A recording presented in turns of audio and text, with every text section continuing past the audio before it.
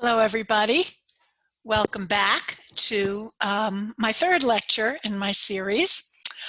Today, I'm going to do one of my favorite paintings, which is right in New York at the Museum of Modern Art, and it's called Les Demoiselles d'Avignon. And let's get a picture of that up here for you. Whoops, that's not what I wanted to do. Whoops. There we go. It was painted in 1907, and as I said, it is at the Museum of Modern Art. So let's go on and get a full screen of this.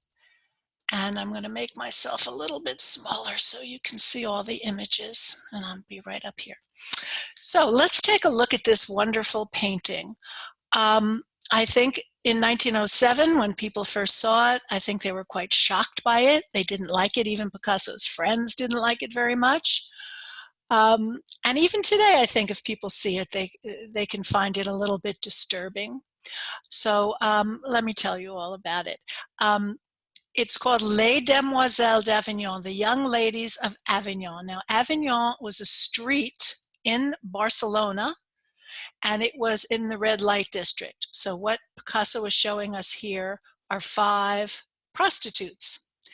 And quite far from being the objects of male desire here, these women are very confrontational. They're looking straight at us, and they actually look quite menacing. And we're going to investigate exactly why that was. But I did want to say that this painting was a radical break from any artistic convention that had come before it. In terms of the space here, in terms of how the background there is broken up into what looks like shards of glass or ice, as you can see here. Perhaps here you can even see that really well. And how the bodies are all very angular and sharp and pointy. For women who are supposed to be enticing men, they have really no feminine attributes, except perhaps for this woman, you have the rounded breasts and a little bit of a rounded bottom here, but otherwise they really look like their bodies are almost knife-like, like they have these very menacing projections. Anyway, as you can see, it's very disorienting the way everything is broken up like that. But it is said by some art historians that this was the first Cubist painting, but it was 1907, so it was a little bit earlier. Just a couple of years before Braque and Picasso were really experimenting with Cubism. So perhaps we can just say this painting opened the door for Cubism to come. We also have a very interesting palette, lots of pinks and flesh tones, etc. And then the little bit of blue that kind of shocks us all into looking again at that icy background. And a very, very interesting part of this painting are the faces on the women. Now, again, these are prostitutes. They're supposed to be alluring, but it looks like all of these women are wearing masks. This one on the left, this is particularly looks like an Egyptian or an East Asian countenance. These two are very reminiscent of Iberian sculptures that, of course, Picasso would have known about and would have come into contact with being from Spain.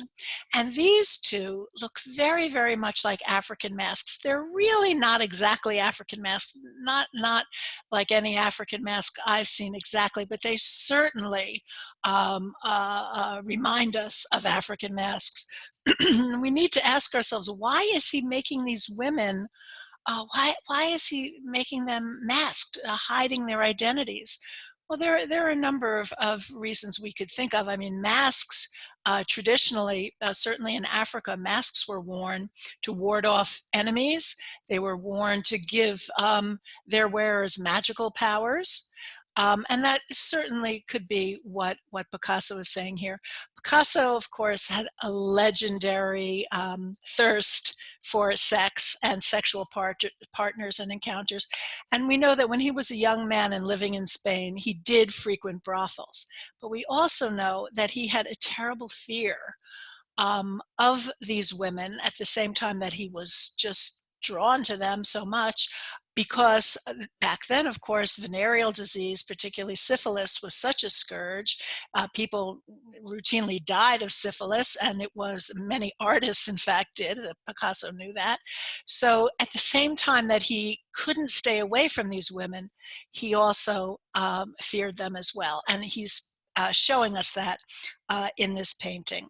Now, I just want to tell you also a little bit about what motivated him to paint this, other than what I just told you about his relationship to women. Um, Picasso was a frequenter of Gertrude Stein and Leo Stein's weekly salon, where artists and writers and critics would gather and talk about politics and art. And Picasso was welcome there, and he was there every week. And Gertrude Stein had bought this painting, The Joy of Life, by Matisse, and it was prominently displayed in her apartment. So Picasso, and of course everybody thought this was wonderful, even though critics at large didn't. This was an early fauve painting, and it was very, very radical for its time, using all of these wild colors that didn't conform to nature, and these figures that certainly were not like anything that we had seen in the natural world. And they would extol the greatness of Matisse, and Picasso, who was a little bit younger than Matisse, saw this for a year, and he kept saying to himself, I am going to outdo this painting. And he gave himself that challenge, and that's how Les Demoiselles came to be. That's what he produced. The Matisse painting was from 1905, 1906, and then the next year, 1907, Picasso paints this. Now, even though he was trying to outdo Matisse, there is a little bit of an homage to Matisse in Picasso's painting. First of all, let's take a look at this figure here in the Matisse, this woman standing with her arms above her head. And here we have this woman right in the center in the exact same position. Where Matisse's woman is sensuous and languorous, of course, Picasso's got all these sharp edges. Look at those elbows and breasts, and even her cloak looks like it's made out of knives or ice. But yet she is in the same position as Matisse's. And then look at this figure right here, this woman who is kind of laying down, embracing a man.